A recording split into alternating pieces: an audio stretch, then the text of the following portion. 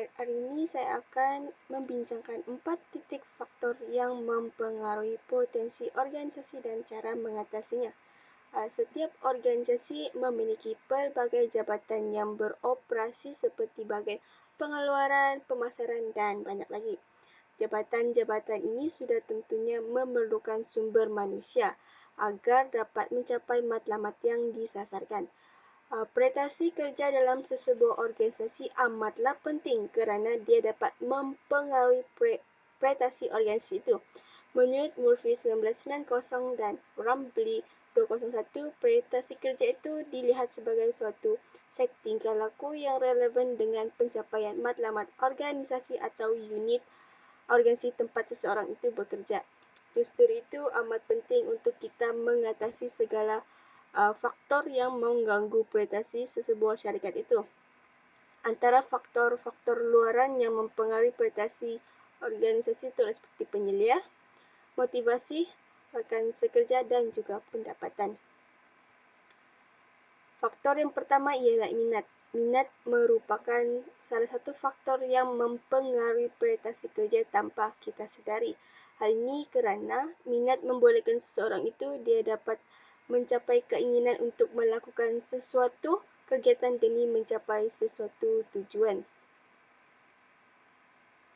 Menurut Sadirman pada tahun 2000, dia menyatakan minat itu merupakan satu keadaan yang terjadi apabila seseorang itu melihat ciri-ciri atau situasi yang dihubungkan dengan keinginan dan kebolehannya sendiri. Oleh sebab itu, minat ini dia memainkan peranan yang sangat penting dalam mempengaruhi prestasi organisasi itu kerana dia berhubung kait dalam membentuk keberhasilan kerja seseorang. Oleh itu amat penting untuk seseorang itu mempunyai minat dalam pekerjaan yang dilakukannya agar sesebuah organisasi itu dapat hasil yang baik dan seterusnya dapat membantu organisasi tersebut. Faktor luaran yang seterusnya adalah faktor penyelia. Penyelia ni dia merupakan seorang tulang belakang keberkesanan sesebuah organisasi. Maafkan saya. Ini kerana penyelia adalah orang yang memberi bimbingan, memberi tahu apa yang perlu dibuat dan tidak mencari kesalahan orang lain. Penyelia ini dia penyelia yang berkesan ni dia perlu tahu perancangan yang baik untuk memastikan bahawa matlamat dan objektif pengajaran yang dijalankan oleh seseorang itu dapat dicapai. Penyelia menjadi faktor yang mempengaruhi prestasi organisasi kerana dia berorientasikan hubungan manusia yang dapat meningkatkan komitmen kerja. Galakan dari penyelia ni dia dapat mempengaruhi komitmen pekerja kerana dapat kita lihat ia amat penting dalam konteks memberi bimbingan, sokongan, memberi perhatian kepada pekerja dan juga mendengar masalah mereka. Selain itu, rakan kerja juga dia menjadi faktor yang mempengaruhi prestasi kerja. Sokongan rakan sekerja ini dia amat penting untuk perkembangan kerja dan proses sosialisasi. Sokongan kerja ini amat diperlukan oleh pekerja, khususnya mereka yang merupakan pekerja baru kerana mereka sudah tentunya memerlukan bantuan daripada rakan sekerja, memandangkan mereka baru sahaja mencuburi bidang pekerjaan mereka.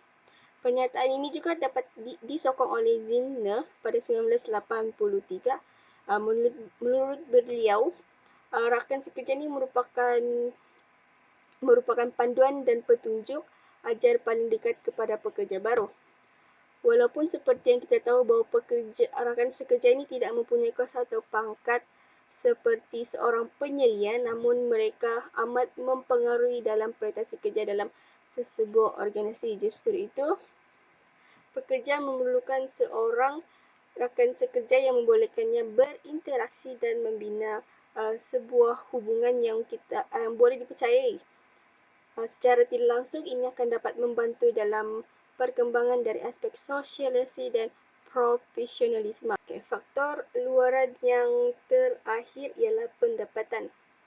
Ini dapat dibuktikan melalui kajian yang telah dilakukan oleh pekerja berbangsa British iaitu Goldchoner 1996 1968, kajian yang beliau lakukan telah membuktikan bahawa pendapatan atau gaji yang diberikan oleh sesebuah organisasi itu memainkan peranan yang sangat penting. Ini kerana beliau berpendapat bahawa pekerja yang dibayar gaji tinggi menunjukkan kepuasan yang tinggi walaupun pekerja yang mereka lakukan itu amat membosankan dan kurang ganjaran diberikan. Ini jelas menunjukkan walaupun kerja yang mereka lakukan itu membosankan tetapi pendapatan atau kata lainnya gaji yang tinggi, mereka tetap menunjukkan prestasi kerja yang baik. Ini kerana menurut Hodgson dan Sullivan pada tahun 1995, semakin tinggi tahap profesionalisme suatu tugas, maka semakin tinggi dan ganjaran yang mereka terima. Antara yang dapat dilakukan untuk mengatasi masalah tersebut adalah dengan menempatkan seseorang itu di tempat kerja yang berpadanan dengannya. Ini kerana dengan menempatkan di tempat bidang yang betul, pekerja tersebut akan dapat menunjukkan kebolehan dan keupayaan mereka dalam pekerjaan. Secara tidak langsung, pekerja tersebut akan menunjukkan kepuasan terhadap diri mereka. Seterusnya, dorang akan dapat menunjukkan minat dalam melakukan pekerjaan. Minat terhadap organisasi itu merupakan faktor persekitaran yang penting terhadap organisasi.